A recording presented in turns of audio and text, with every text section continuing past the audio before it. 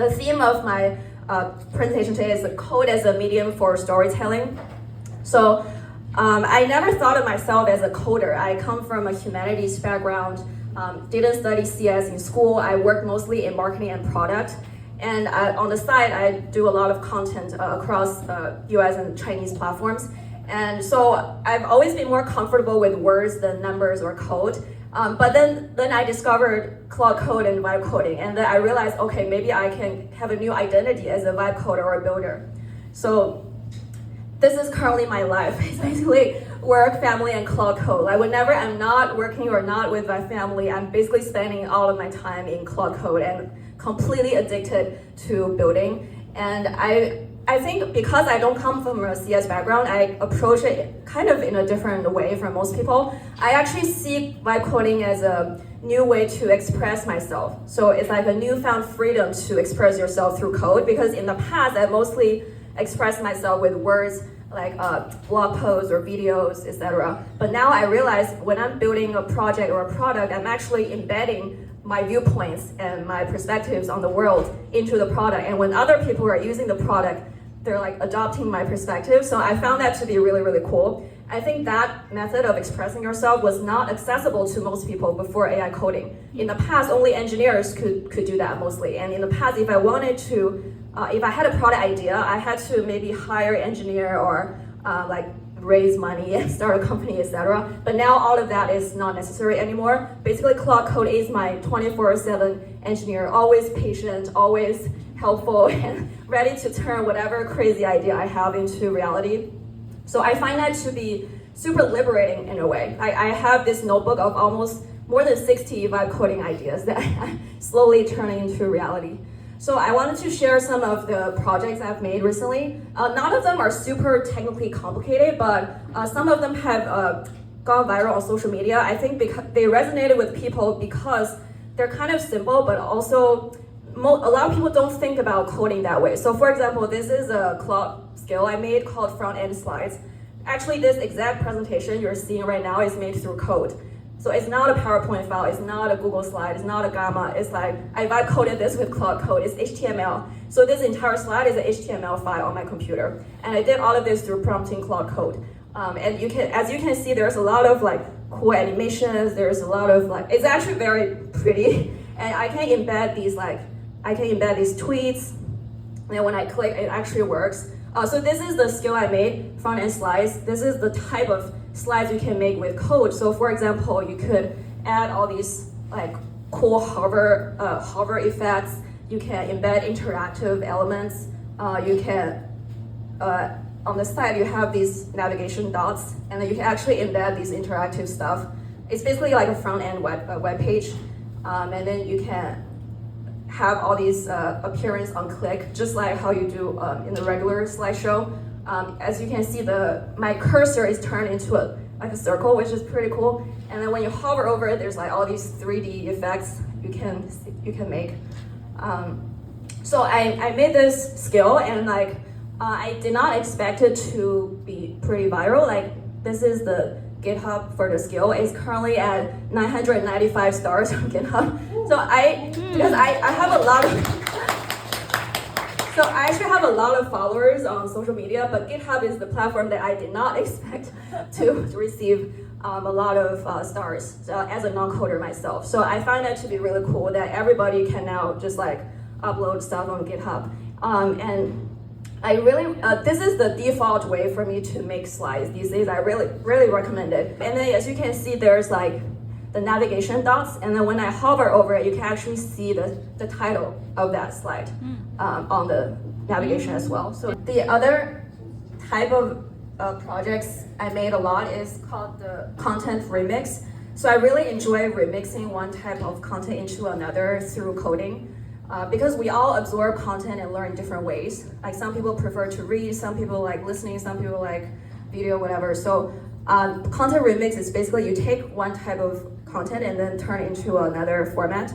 A few examples of this. One is I turned long YouTube podcasts or interviews into ebooks or newsletters. So I watch a lot of long video podcasts, like the Lex Fridman, whatever, like the very long one, like often 2 or 3 hours long. A lot of them with AI researchers and entrepreneurs and stuff. And I don't have time to go through all of them, but there's a lot of valuable knowledge in there. So how can I absorb this knowledge without sitting through all those videos? So I built a skill with Claude where every week it will go to a specified list of YouTube channels and fetch its latest videos, fetch their transcript, and then use Claude to rewrite them into polished magazine articles, and then compile those articles into a newsletter and then send to my email. So every week on a specified time, I will get that email. And then in the attachment of the email is actually an EPUB, like an ebook file that I can read. So I can basically read YouTube videos as an ebook. And then it even comes with a table of content. So each chapter is like one YouTube video. So each magazine article is probably a couple thousand words. So I purposely did not want to write a summary of the video. So I personally don't like summaries because I feel like you're losing most of the valuable essence with the summary. Which is why in the prompt I specified like don't summarize, like make it a very polished magazine article and actually preserve a lot of the original quotes that the speakers said. So there are a few advantages to this. One, it allows you to consume the content in a much shorter period of time. So it takes you maybe 5 minutes to read an article, whereas it would have taken you 2 hours to watch the entire video. And also because the videos actually have a lot of very dense and technical information that I may not actually understand. Whereas in the text, in my prompt for Claude, I actually said like for all the technical terms, I actually explain them in layman language for someone who's not technical. So it also lowers the barrier for information consumption. And also when you're reading, you're actually a lot more focused than when you're watching something. So that's how I found that to be useful. This is the kind of thing you can just set up as like a regular workflow with Claude Code. And I also printed out a physical book. So I turned the acquired podcast into a physical book, which I printed out in China because it's cheap there. Wow. But yeah, so that's a kind of remixing you can do. And then the other thing is I turned Excel spreadsheets like CSV files into interactive dashboards. So I'm sure everyone has a lot of Excel files lying around on your computer. I would totally try just sending it to Claude Code and say like, turn this into a beautiful interactive dashboard. So this is the before. If I move over, you see the after. So this is the after. So it's a visualized timeline. This particular spreadsheet is my Twitter analytics. So on Twitter, you can actually download a CSV file of your analytics data. The Twitter dashboard is on itself is not very sophisticated, so I prefer to visualize it with a customized dashboard. So here you can see the total follower growth. If I hover over the line, you can see the daily growth. And then here you can see the top tweets of all time. And then you can also, this is what I really like about it. It can actually analyze like why my top tweets went viral. And then from that analysis, it can give me my content market fit. It's like, what is your positioning on Twitter, which is the non-technical person's guide to thriving in the AI age, which is quite helpful to me. And it can analyze my unique thought patterns and then give me ideas for future topics to post about. So I think this is super helpful for anyone who's trying to create content on social media. And all it takes is download a CSV file from Twitter and then giving it to Claude Code.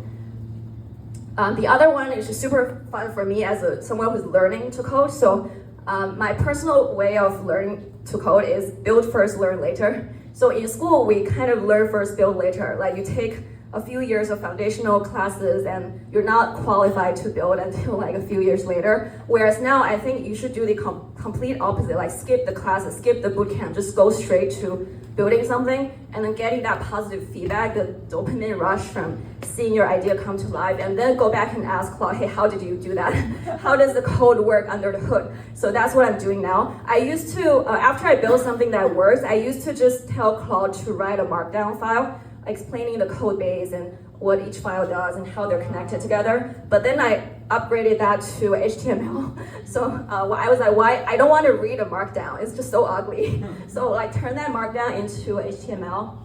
So this is the interactive HTML that Cloud Code built for me to explain my project encapsulation, which is a screen recording tool that I built. So first it's gonna tell me what are the underlying technologies that this project used, and then it's visualizing the different layers of the code base. And then this part is my favorite, like how the services talk to each other. So I got it to use an analogy where like all the APIs and files in the project are like people in the group chat. So for example, the user says, I'm ready to record, and then the app says, okay, showtime, encapsulation, give me the whiteboard, webcam, give me the face, and then the encapsulation whiteboard is like, okay, here are my screenshots, and then the app is like, okay, now web codecs, go and compress everything. So it's like this group of people working together to make the app work, and it's a very cool way to lower the barrier of understanding how it works under the hood, and it's actually really fun to read as well. You can basically just tell it to visualize and explain the code base in imaginative ways. And I specifically told it to do it in a group chat, which I thought was really fun. And then this is also pretty fun. Like my phone's wallpaper is basically Japanese vocabulary flashcards. Oh my God. Now, so you know on iPhone wallpaper, you can set up a shuffle where every time you tap on it, it will change to a different wallpaper. So I was like, why can't I change that into like vocabulary flashcards or like to learn something useful? So I built this little app where I exported my vocabulary list from my dictionary app. So it allows you to export a long list of words as a PDF. I gave Cloud Code the PDF, and it was like turn each of these into a 9x16 like iPhone wallpaper image. The interesting thing is these images are not generated by an image generation model. This is all generated by code. So all of these images are generated by code. These are not pixels, these are code. So because in the past, we always thought of image gen, video gen as like pixels, as like, oh, you have to use Nano Banana or something, but you don't have to. You can actually just use code to do all of that. Which same thing with the slides, like you can just use code. Because this is very simple, so the code can actually do a very good job of arranging content on the specific size of the screen. And then I export the images, sync them to my phone, and then on the iPhone you can set up a customized wallpaper as a shuffle. So basically you need to save all of these photos in a specific album in the photo app on your phone. And then you just set the shuffle as like the shuffle for the album. So every time you tap, it's like a random new word. Yeah. So this is applicable to not just vocabulary. You can have like motivational quotes. You can have like to-do lists, whatever you want. Like so, basically, your lock screen can be turned into a personalized like content library, which I found to be really cool. And in this way, I actually accidentally learned a lot of words when I'm just like checking the time or something, because this is the shortest path to, like you don't even need to unlock the phone, open an app, open the like that's just too much friction for most learning. Yeah. So those were the projects I wanted to share, and then I just wanted to reiterate the fact that I think coding is a form of self-expression. I think I built a lot of the content remix ideas because I'm personally really interested in content. So I was like, oh, why can't I do this? Why can't I do that? So I'm sure everyone will bring your own perspectives and opinions into your project. So I like to build opinionated products. And I think I've always been a storyteller. I just discovered new mediums. So it's not like if you become a vibe coder, you have to shift your identity from a storyteller to a vibe coder. It's just a new medium for storytelling. It's the same thing with the slides. I think the slide deck itself is like a medium of storytelling done through code.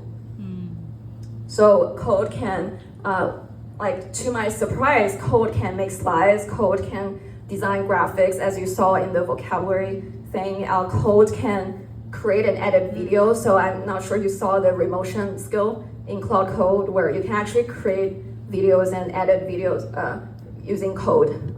And so basically code can do anything that happens on a computer. So this is one of my realizations recently is coding agents are general agents. So I think a lot of the vertical agents or vertical apps even are gonna be replaced by coding agents personally, because everything you do on a computer theoretically can be done through code. So I think, which is why I think coding is relevant not just for professional coders. It's actually relevant for anyone who works on a computer. And I also think coding is evolving from a profession into a skill. So what I mean by that is I draw an analogy to writing. So we think of writing as a skill more than a profession, because there are professional writers, but they're very minority of the population. And a lot of the people who benefit from writing well are not writers, right? So if you're a marketer or you're an engineer, you benefit from writing. So I think coding will be the same. Even if you're not a professional coder, you benefit from coding well. So I draw this kind of differentiation between engineering and coding. I think engineering is a career, takes years of training, but coding doesn't have to be. It can be fun. It can just be it's just a tool. It's just a tool that anyone can take up and learn. So, and a lot of people say, oh, but you can't build something that works in production. Well, most people never need to build anything that works in production, right? Like my slide doesn't need to work in production. My remixing ideas doesn't need to work in production. They just need to work for me. So, and I think that's the case with 99% of vibe coded project. You don't even have to ship it to hundreds or millions of people. You can, as long as it works for you, it's good enough. So here are some lessons I've learned after spending probably more than 100 hours with Claude Code in the past couple months, techniques for working with coding agents. The first one is context, not control. So I'm sure you've heard about this management principle from Netflix. I think it's the same thing when working with agents. It's like, don't micromanage them. They're really, really smart. They're smarter than you. So you're not supposed to give them very specific instructions. We used to think the longer the prompt, the better, but I actually think that the prompt should be shorter now. Just give it a lot of room to exercise its own creativity, and you'll be surprised with what it comes up with. So these days, I mostly just describe the outcome I want without specifying how to get there. I think it knows better than me how to get there. And the second one is push it until it breaks. So I think a lot of people don't push the models enough. It gives you an output, and then you just accept it as what it is. And even if it's not good enough, you just stop there and say, oh, vibe coding doesn't work. So the thing you should do is go back and push it until it works. And then you actually realize the limit of the model. So only when you give it a really difficult task, and then if it cannot complete it, then you at least know where the limits are. But if you just only give it very simple tasks, you're never gonna know where the limits are.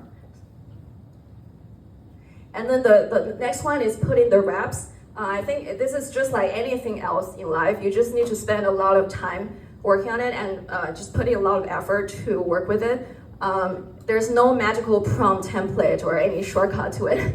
Even for people with years of engineering experience, I think this is a new skill people need to learn on how to effectively work with coding agents. So I think to some extent we're all on the same level playing field there, because this is something everyone needs to learn. And then the next one is waste tokens. Try everything. Because I actually think a lot of my experiments would traditionally be considered an overkill.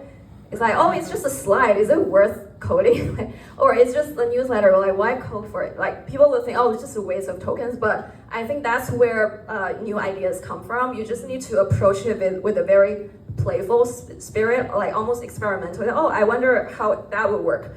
I was listening to this podcast with Peter Steinberg, who's the creator of OpenClaw, on Lex Fridman. And Lex asked him, oh, there's so many people building AI agents. Why do you think yours succeeded? And he said something which left a huge impression, which is, he said, it's very hard to compete with someone who's just there to have fun. And I heard something similar with Boris, who's the founder of Claude Code, because Claude Code was born out of a side project. It's not supposed to be like a strategic initiative or something. So I think there is something to the idea of approaching AI with a playful spirit without a very utilitarian mindset. You just need to enjoy it, have fun, and then see what it comes up with. And then you'll be surprised by the results. And then the next one is build in public. This one has been super important for me, because every time I build something that works, my first reaction is record the screen and send it on Twitter. Because this way, I think one, you can meet a lot of awesome people like you guys. That's how we connected a lot. And then you can also learn a lot. Actually, I think the best textbook for vibe coding is Twitter. And the best teachers you can have are people who are slightly more advanced than you on Twitter. So I don't think there is a course or some boot camp you can take that's tailored to you. I think, yeah, I learned most of the prompts and tricks and features just from watching other people do it on Twitter. And then, yeah, make it fun. I think a lot of times I've laughed at Claude output because sometimes it can be genuinely funny. So I think we just need to make it, don't take it too seriously. That's how we make it sustainable.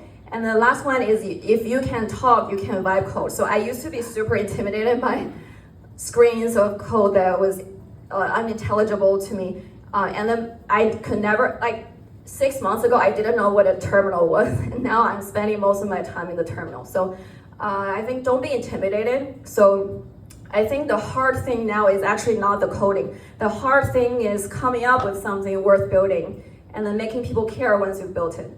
So the coding is the easy part that AI can take care of you, for you. Yeah.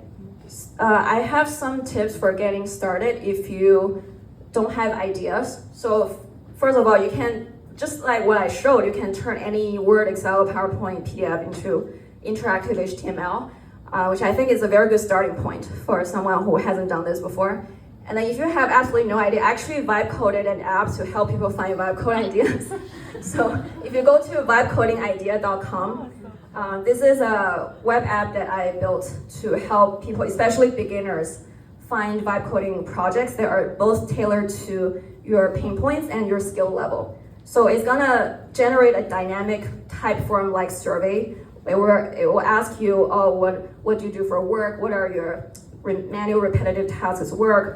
What pain points do you have in your life? And then the questions are dynamic, which means they're generated by a large language model based on what you answered in your last question. So it's not a standard one-size-fits-all survey. It's actually a dynamic, customized survey. And then after you answer the questions, the AI is actually going to generate 3 personalized project ideas that are tailored to your work and life pain points as well as your skill level. And it will actually also generate the prompts for those projects that you can copy and paste into any coding agent with one click. So, and you can download that as a markdown or copy it somewhere. So if you don't know where to start, go to vibecodingidea.com.